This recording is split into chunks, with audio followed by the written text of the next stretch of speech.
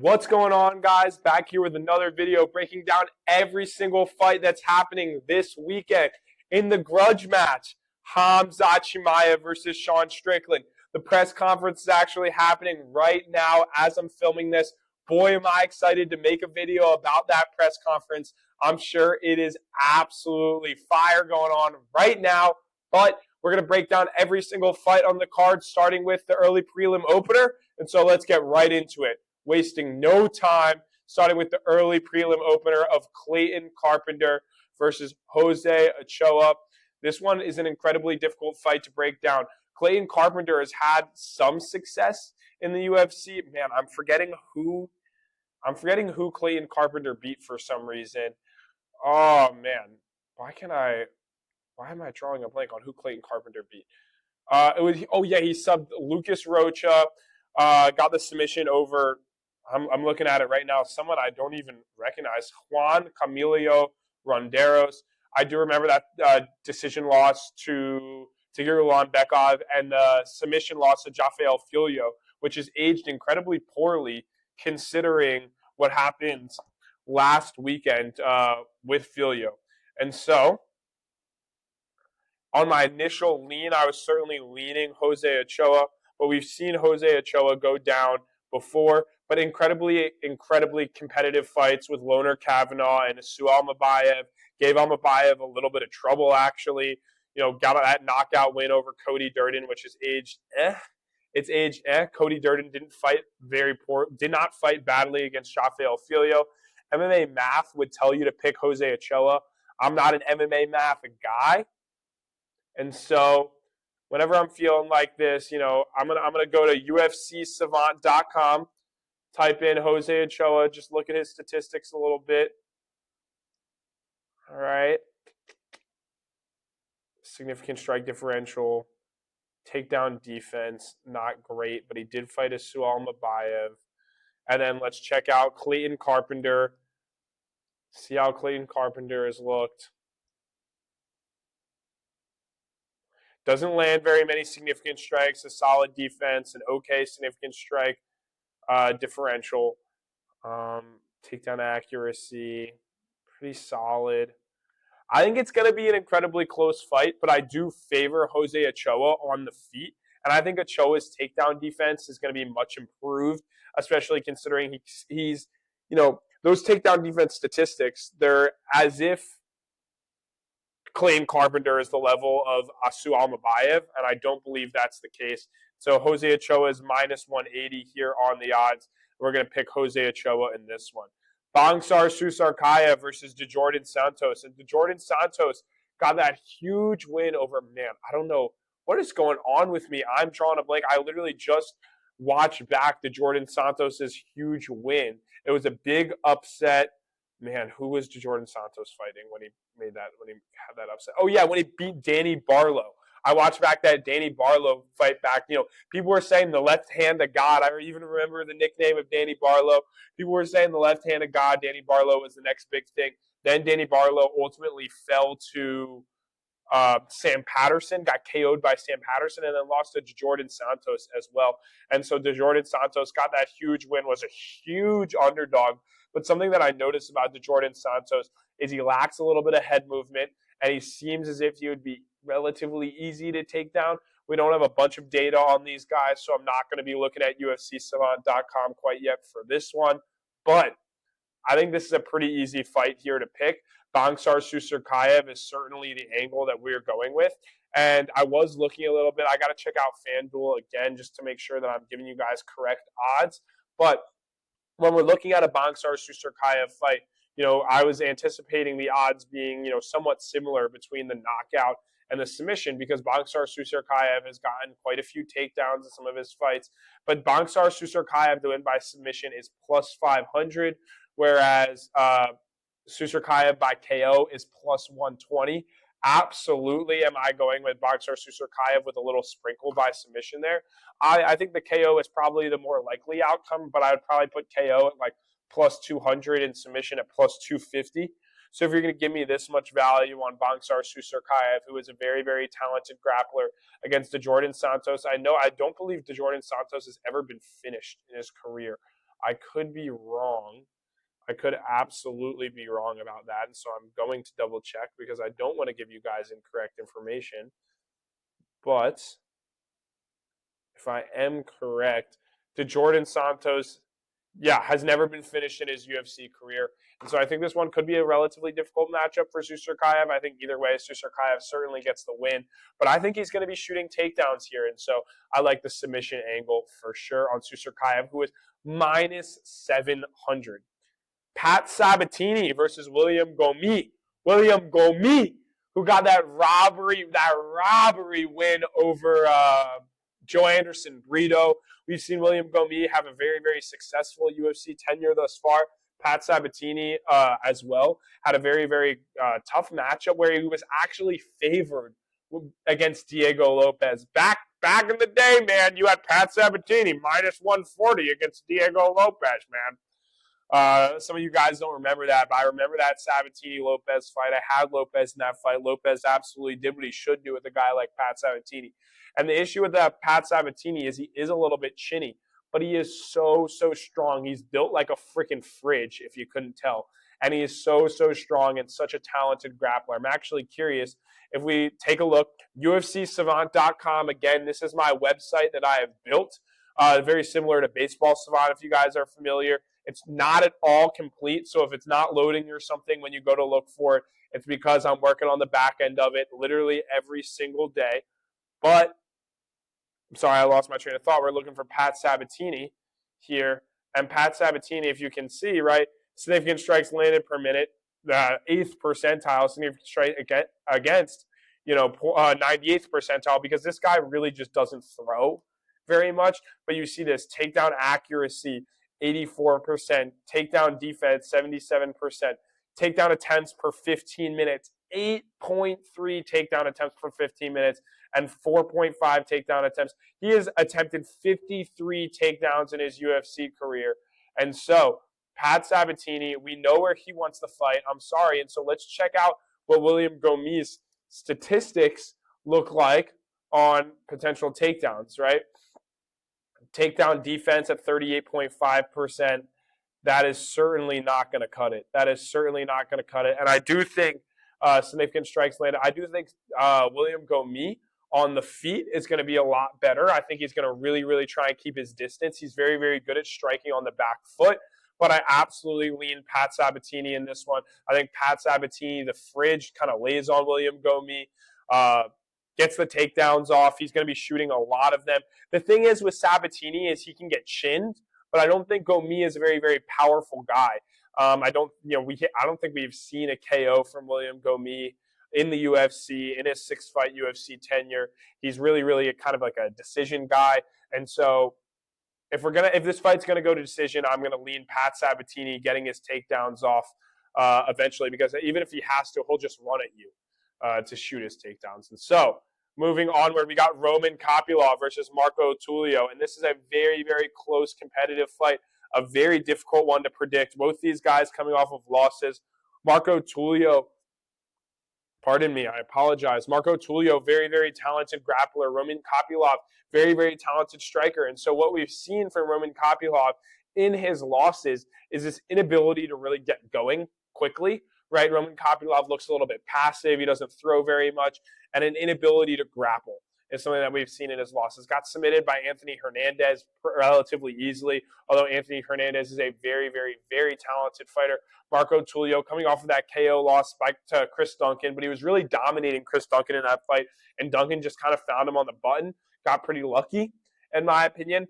And I think that's what we're going to need here from a Roman Kopylov. I think the issue with Roman Kopylov in this fight is Kopylov does not throw as much as Duncan. Duncan will try and overwhelm you with activity. He'll just try and throw anything out there. Kopylov really wants the fight to be very clean. He doesn't want you in close. He wants you at his kicking range. A very good left high kick. We saw that when he KO'd Bredson Hibero. Very good left kick to the body from Roman Kopylov. But Marco Tulio has very strong grappling, as we've seen throughout his UFC tenure, even though it's been relatively short-lived. What has he had? 3 fights, I believe? Yeah, 3 UFC fights, 4 if you include the Contender Series. But, a Tresean Gore win that has aged not too poorly. Chris Duncan lost hasn't aged the best, and Roman Kopylov certainly has faced a level of competition that is far and above what Marco Tulio has faced. Roman Kopylov losses to Paulo Costa. That loss has aged incredibly well. Lost to Gregory RoboCop Rodriguez. That loss has also aged incredibly well. We saw that submission loss to Anthony Hernandez, yes. But then earlier in Roman Kopylov's career, losing to Carl Robertson, losing to Albert Duraev. He's had a good UFC run, man. This is a really difficult fight to pick because Roman Kopylov, Marco Tulio is a huge step down in competition for Roman Kopylov. But I just think with the styles, as they say, styles make fights. I think with the styles, this kind of lends to a Marco Tulio wrestle fuck. And I think Marco Tulio will get the takedowns off. I think he will be able to stay safe at range. Stay safe enough at range, man. I'm having a hard time with this one. Keep going back and forth. Ultimately, going to pick Marco Tulio, minus 190 odds. Don't love the odds on this fight. Probably wouldn't place a bet here. I think Roman Kopylov is a very live underdog. As you guys know, sometimes I look at some of these odds beforehand. I'm going to see what the exact results are on this fight because I did not take a look at this one at all before. Tulio by KO. Yeah, I think he could ground and pound him. I really think Tulio probably gets the job done by decision. Kopylov is relatively hard to finish unless you're going to get him out of there via submission. And so going to go with Roman Kopylov to get beat by Marco Tulio. And so moving on, Jim A10 Miller versus Jared Gordon. And Jared Gordon, that loss to Rafa Garcia that he had most recently, has aged incredibly well. We saw Rafa Garcia look really good against Alexander Hernandez. We've seen Jim Miller. Was his last loss really to Bobby Green? No, it wasn't. We saw Jim Miller lose to someone else in between then too. Yep, he beat Damon Jackson, then lost to it was the Chase Hooper loss. Absolutely. But Jim Miller taking a long time off, the longest time that the veteran has ever taken off in his UFC career. Both these guys, this is a matchup of the dinosaurs, old men right here. Not Rafa Garcia. Jared Gordon, 37, lost to Rafa Garcia in his last fight. Jim Miller, 42. But Jared Gordon lost to Rafa Garcia, and Jared Gordon got in a car accident the week of the fight. There's a lot to make of that. We've seen Jared Gordon with an impressive KO over Thiago Moises, split decision loss to Nasrat, KO win over Marco Madsen. He was beating Bobby Green, had that no contest because of the headbutt. And so, man, this is a difficult one again, but I think Jim Miller has kind of lost the pop in his shots. I think Jared Gordon is definitely closer to his prime, even though both of these guys are out of their primes. I think Jared Gordon's boxing has looked very good as of recent, and I think he can kind of just get in the pocket and overwhelm Jim Miller a little bit. I do think Jim Miller has some pop left. He's still got it a little bit, but I think Jared Gordon, there's more in the tank. He has a lot to prove coming off that loss to Rafa Garcia. And that loss hasn't aged particularly poorly at all. Rafa Garcia has looked incredible. I don't know how many times I can say it. So I'm going to go with Jared Gordon in this fight as a minus 310 favorite. Don't really love anything on this fight. Let me see if I can find. I could see a Jared Gordon late KO, like a round 3, round 2, round 3 KO. If you think he's going to win by KO, I'd play it like that. Jared Gordon by points plus 100. That's probably, that's definitely the most likely outcome, which is why it's priced like that. But definitely going to go with Jared Gordon here in this spot. And so moving onward, Grant Dawson versus Mateusz Rebecki. And this is an incredibly difficult fight to pick. This is probably the fight that I'm having the most trouble with because Grant Dawson is a takedown artist. If he can't get his takedowns off, we see what happens to Grant Dawson.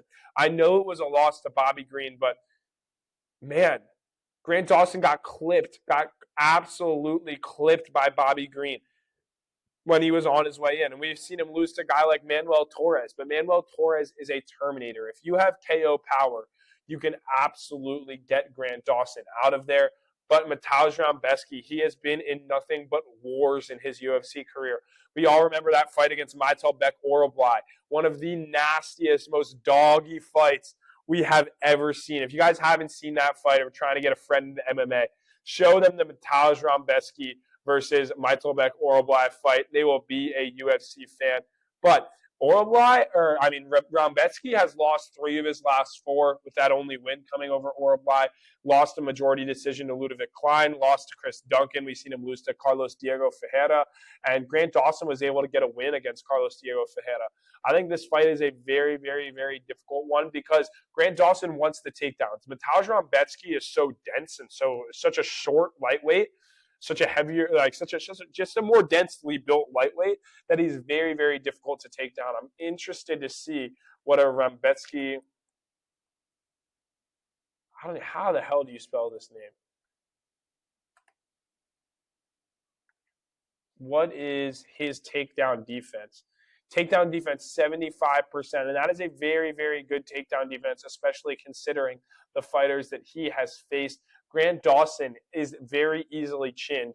And so I think Grant Dawson could get this fight down. We've seen Rebecki take damage, open up cuts. I like this fight to end by knockout. I don't even know what the odds are on that. I'm going to take a look at it right now. How will the fight end? Knockout is plus 190. The points is minus 140. I like the fight to end in knockout. I think Rebecki could easily KO Grant Dawson, as we've seen. I also think Dawson could ground and pound him. But I'm going to lean Grant Dawson here. I don't trust the chin of Grant Dawson. You can never really trust a Grant Dawson. But I kind of feel like this is like a Grant Dawson spot, right? Rebecki doesn't have the most power, the most pop in his shots. Rebecki has shorter arms, right? Dawson kind of keep him at range, get a few takedowns when he's not expecting, maybe even land a few strikes because Grant Dawson, while his striking is not good, right? A guy like Chase Hooper, we saw Chase Hooper knock down Vyacheslav Borshev, and that's not because Hooper's striking is better. That's because Borshev wasn't expecting it. And so I think Rebecki is just going to expect Dawson to come in there, takedown after takedown, takedown after takedown. And I'm sorry, I just had to check, make sure the mic was still on. I still got it. But we're going to go with Grant Dawson in this fight for sure, just because I think, Rebecki won't expect the takedowns or won't expect the striking. Will get hit by some of the striking, and that will allow Grant Dawson to take him down. I think Grant Dawson by KO or decision here, but I think the fight to end in KO is also a high-quality bet. So that's what we got.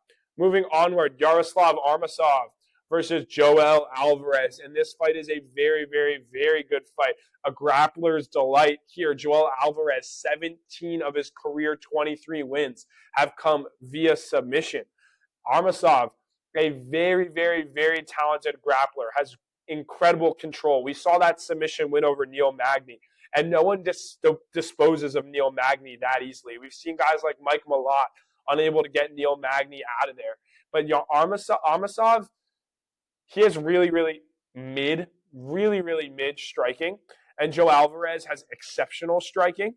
I wouldn't say exceptional. Exceptional power and much better striking in comparison to Amosov. And so Joel Alvarez has a very, very, very highly regarded black belt in BJJ, whereas Amosov, he's a judo guy. He's a judo guy. Or no, he's not a judo. I'm sorry. He's a combat sambo guy. And you know what they always say is combat sambo is for strong boys. BJJ is for the wimps. And I kind of agree with them here. I think there's really 2 ways this fight can go. If Joel Alvarez treats it like the floor is lava with Yaroslav Amosov, Joel Alvarez will easily win this fight. The issue that I have with Joel Alvarez is the reason that his takedown defense is so bad, right? Is because he will just jump ghillie. As a wise man, Dustin Poirier, once said, what was it? It's a silly ghillie. Jumping ghillie. I don't even remember what Poirier kept saying about that stupid-ass guillotine. But a guillotine is not going to work against Yaroslav Amosov. He's too talented of a grappler. I know Joel Alvarez has great submissions. And so what I'm hoping for is Joel Alvarez really attempts to defend the takedown and then use some of his submission game to get back up, get on the feet, where he's able to out-damage Yaroslav Amosov. The thing that I think and the reason why I'm going with Joel Alvarez here in this matchup is because Alvarez is always looking to do damage, whereas Amosov is sometimes looking to control. I think Amosov could potentially submit Joel Alvarez. But Joel Alvarez's BJJ is so good. I think even if Amosov gets control, he may control him for a round.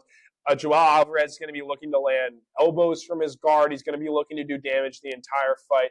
And I think this is going to be an incredibly close one. But if you're going to give me Joel Alvarez at plus 145 odds, I got to take my boy, Joel Alvarez. And so moving onward, Ateba Gautier versus Ozzy Diaz. Not going to spend much time on this one. We got the middleweight, Francis Ngannou. The death touch does Ateba Gautier have. He touches you, you go to sleep. Ozzy Diaz goes to sleep. He's been to sleep before. He'll go to sleep again. Ateba Gautier is going to knock out Ozzy Diaz in what's a great showcase spot for him.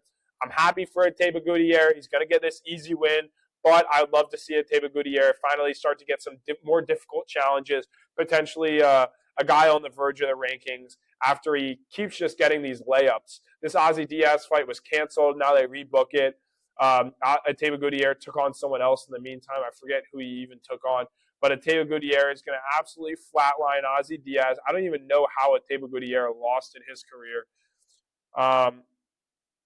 He lost a split decision, probably got tired in his second ever UFC fight. But Ateba Gautier is going to knock out Ozzy Diaz. That's all I got. Bobby King Green.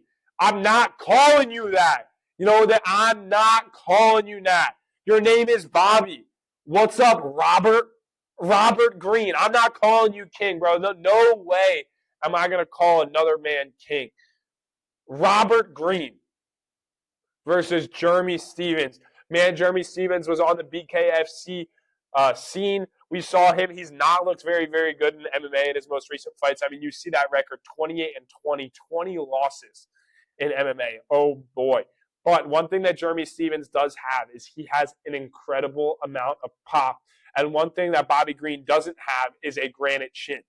And so, if you want to take a flyer on Jermy Stephens to win this fight by KO, I totally understand. And in fact, I was leaning Jermy Stephens to win this fight, to get the job done by KO, pretty much all week. But what my brain is doing to me, man. I mean, King Green, Bobby Green. I'm not calling you that. Bobby Green. We saw a win over Lance Gibson Jr. Robert beat Daniel Zellhuber in an incredible showcase spot. And that Lance Gibson win has aged relatively well. Bobby Green only loses to guys that are incredibly, incredibly talented. He's been KO'd by Mauricio Huffy, submitted by Paddy Pimblett, KO'd by Jalen Turner, KO'd by Drew Dober, Makhachev, Fiziev, right? These are the guys that Robert Green is losing to. Mr. Bobby himself. And I just don't think Jermy Stephens is on any of those guys' level. Remember, this is the guy who Conor McGregor said, who the fuck is that guy? Who is that guy? I'm the hardest hitting 145er. Yeah, I'm the hardest hitting 145er. When you hit people, they're still moving. Well, I hit people, they go to sleep. That's Jermy Stephens for you. And so, Jermy Stephens, Bobby Green. Going to lead Bobby Green here in this one. I see the Stephens by KO angle, but I got to look at these fight odds. Man, dude, these odds are so long. Bobby Green at minus 350. I think Bobby Green probably gets the fight done by decision, piecing up Jermy Stephens for 3 rounds. And so that's the official prediction. But, man, Jermy Stephens by KO at plus 500, that looks enticing. Sean Brady versus Joaquin Buckley. And my man, Sean Brady, Philadelphia represents. Stand up, baby. And so, Sean Brady taking on Joaquin Buckley. Both these guys coming off of losses. Brady was just KO'd by Michael Morales, one of the most talented fighters in the welterweight division. Joaquin Buckley just coming off that loss to Kamaru Usman, went in trade with Kamaru Usman. And so, Buckley is a very, very talented, physical specimen. However, I watched Joaquin Buckley defend a takedown by just trying to throw punches, throw hammer fists at someone's head. And while Sean Brady is not the toughest SOB in the world, if Sean Brady has a talent gap over you, he's going to win the fight. Sean Brady lacks almost what I would call is the dog. If he's not definitively better than you, he may lose because he starts to doubt himself. He'll get knocked down, doesn't have the best chin in the world, doesn't have the best striking, but a guy like Joaquin Buckley lacks so much in the grappling that I really do think Brady's going to take him down and submit him. And I know I'm a little bit biased. I know I love my Philly guys, but Sean Brady by submission at plus 340. Man, that is a really, really good angle. I think Brady is easily able to get takedowns. What we saw Kamaru Usman do to Joaquin Buckley. And I think Brady is a better he's a different type of grappler, but he's a better grappler than Usman. Usman doesn't have any submission threat. Brady has much, much, much more submission threat. Brady is much more dangerous once the fight gets to the ground. I think Brady and Usman are probably at a relatively similar level at getting the fight to the ground. But Brady, once he gets you to the ground, he's not letting you get up. A 3-round fight, Sean Brady's going to really, really sprint for the grappling. I do think Sean Brady is able to get a submission win over Joaquin Buckley. Although, I do like, if Buckley won this fight, I would not be mad. Buckley is great, great, great content for the welterweight division. Talks his shit, builds up fights, puts on entertaining performances, has some crazy KOs. That's Stephen Wonderboy Thompson KO. But this is an example, right? That Stephen Wonderboy Thompson KO. He leaped into the left hook that he landed to sleep Wonderboy. If you leap into a shot against Sean Brady, he's just going to change the level and take you down. And so I think Sean Brady easily able to out-grapple, just grapple fuck Joaquin Buckley to win this fight. I got Brady by submission. And so I think this is a really, really easy pick, in my opinion. And my data doesn't back me up. I don't believe. If I remember, Waldo, Cortes, Acosta has looked incredible in his most recent fights. I mean, you see TSR stands for true skill rating, right? His true skill rating, his current true skill rating is in the 99th percentile. If we look at a guy like Volkov, what is Volkov? I mean, Volkov has been around, is in the 96th percentile, but that career TSR is very, very good. He has a good significant strike differential per 15 minutes. He has great takedown accuracy, and this is where I think this fight could get interesting. I think there's a chance Volkov could shoot a takedown on Waldo Cortes Acosta. I think Waldo Cortes Acosta has, again, just like Volkov, has very, very good significant strike differential. But that fight with Sergey Spivak, very, very close. Waldo Cortes got the decision win. Some were calling it a robbery. Waldo Cortes's fight, who else did he? That fight was Sergey Pavlovich. Both the Sergeys. Maybe it's something about the Sergey name. Very, very close fight. But Sergey Pavlovich was able to tear up the leg and kind of outpoint Waldo Cortes Acosta. And I think Volkov is a much better version of what Pavlovich did there in that fight. And so I think Alexander Volkov is able to really easily kind of point fight Waldo Cortes Acosta. I think Volkov is a little bit more set in his stance. Waldo Cortes Acosta has a little bit more movement, especially at this stage in Volkov's career. But you don't stick around in heavyweight this long by accident. I think Alexander Volkov is really easily one of the best heavyweights in the world. He beat Cyril Gane, right? And I think Volkov should probably be fighting in that fight against Alex Poatan Pereira, not Cyril Gane. But I think Volkov by decision is easily the best bet on this fight. I think this fight is definitely going the distance. I don't see either one of these guys KOing each other. I think Volkov easily gets the job done, and it's one of my favorite spots of the week. I really do think Volkov is just going to kind of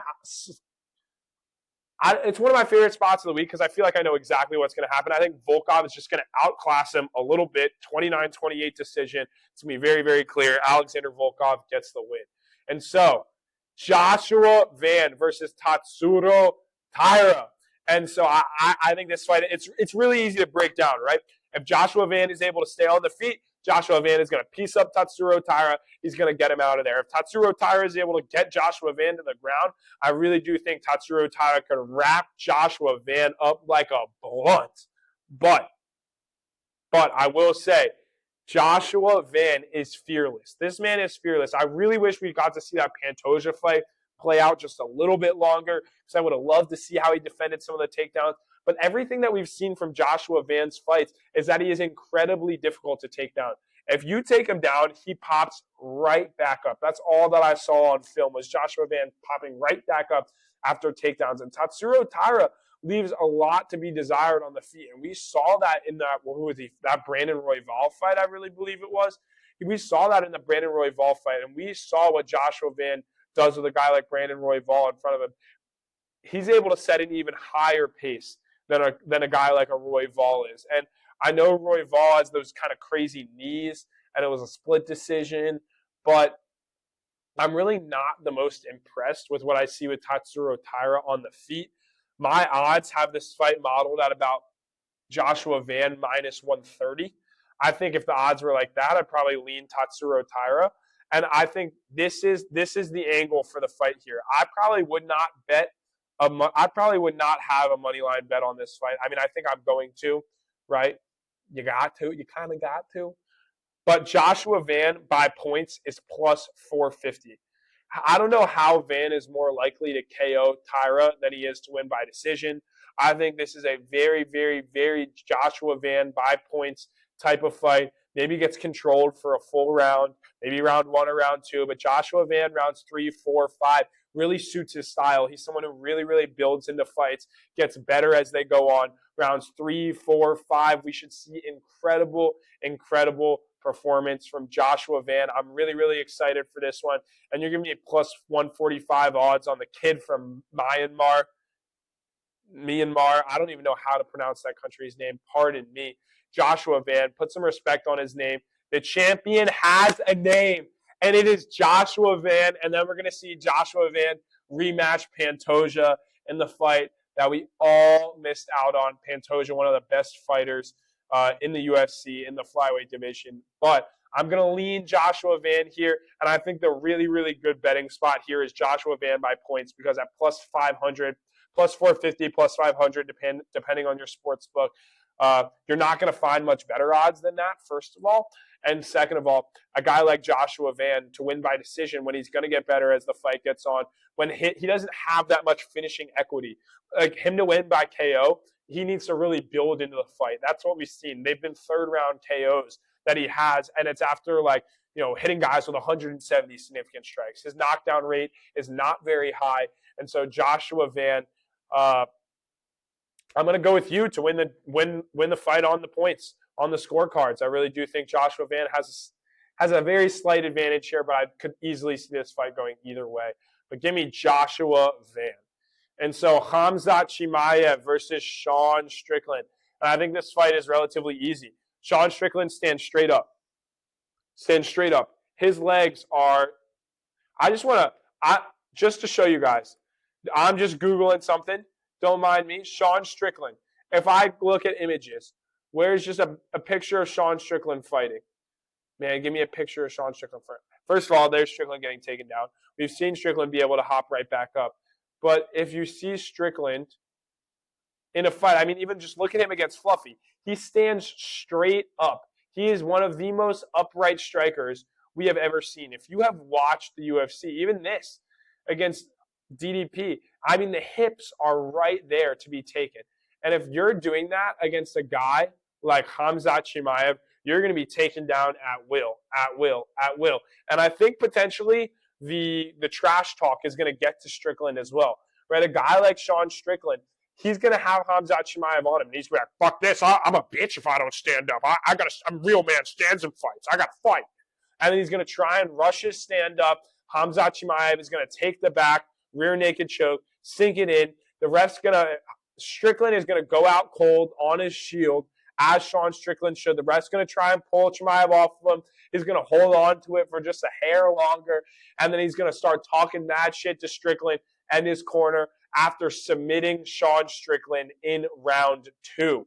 I think this fight, man, as this fight goes on, right, in the first round, Chimaev has about a 100% chance to take him down. In the second round, Chimaev has about a 90% chance to take him down. And as the fight moves on, he has less and less likely for him to be able to take Strickland down.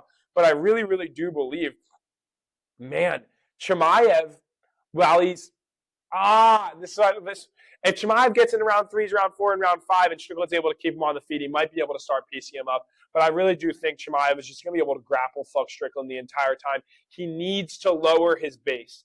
Strickland just needs to lower his base. If Strickland comes out there, I really think this is an easy thing to do live during the fight as well. If Strickland comes out there and he's standing straight upright, especially because Chimaev shoots for the ankles.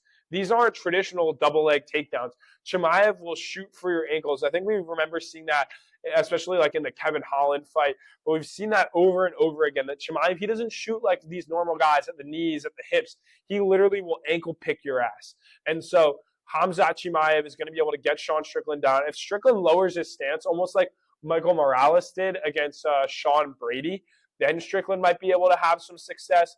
But I don't see that happening. Strickland fights the same way out every time. He didn't lower his stance against Fluffy. He was able to get the job done. But I think Chimaev easily submits Sean Strickland. If not, he just grapple fucks him for 25 minutes. And so I got Chimaev over Sean Strickland. And you know what that means, guys? At the end of all of these videos, what we always do is we speed run through every single fight on the card and who we're picking. And the first fight, at the top of the bill, we got Chimaev. And this, we're going with Joshua Van to retain his belt in the co-main. Volkov to beat Waldo Cortes Acosta on the scorecards. Give me Sean Brady to submit Joaquin Buckley. Give me Bobby King Green to win on the scorecards by decision against Jermy Stephens. Although if you want to sprinkle Jermy Stephens by KO, I do not hate it. Ateba Gautier is going to absolutely smash Ozzy Diaz by KO. Joel Alvarez to upset Yaroslav Amosov. Grant Dawson to beat Mateusz Rebecki. The fight to end by KO potentially as well. Jared Gordon to beat Jim A10 Miller. Getting Marco Tulio to beat Roman Kopylov. Pat Sabatini to beat William Gomis. Baisangur Susurkaev to beat Djorden Santos.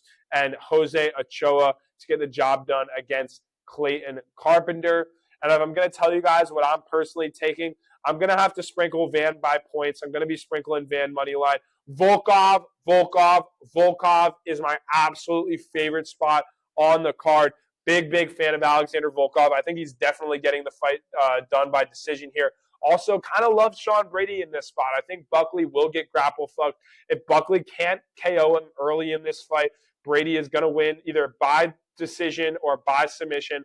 I'm going to sprinkle the decision, but absolutely going to hammer the money line as well. And so those are probably Volkov and Brady, definitely my favorite fights for the night. But also don't mind Van on the money line. Don't mind Van. I really do think the prop market for Van by decision is where it's at.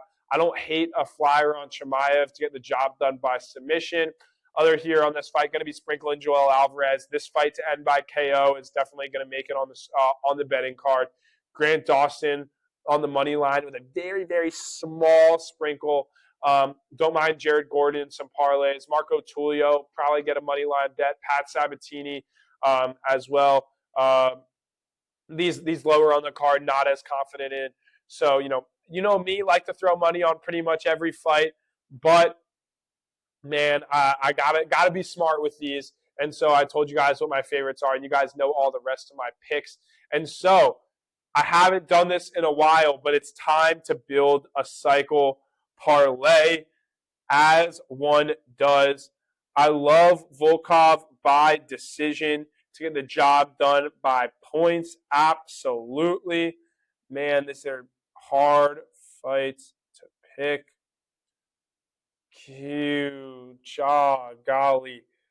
Golly. If you guys have a fight that you guys really like to end by knockout, please let me know in the comments section. I think this card is hard on the KOs. And so I'm not going to take a fighter. I'm going to take Grant Dawson, Mateusz Rebecki, the fight to end by KO. And then for the submission leg, man, what is the submission angle? I don't mind Baisangur Susurkaev. I don't mind Chimaev. I think we're going to go with Sean Brady.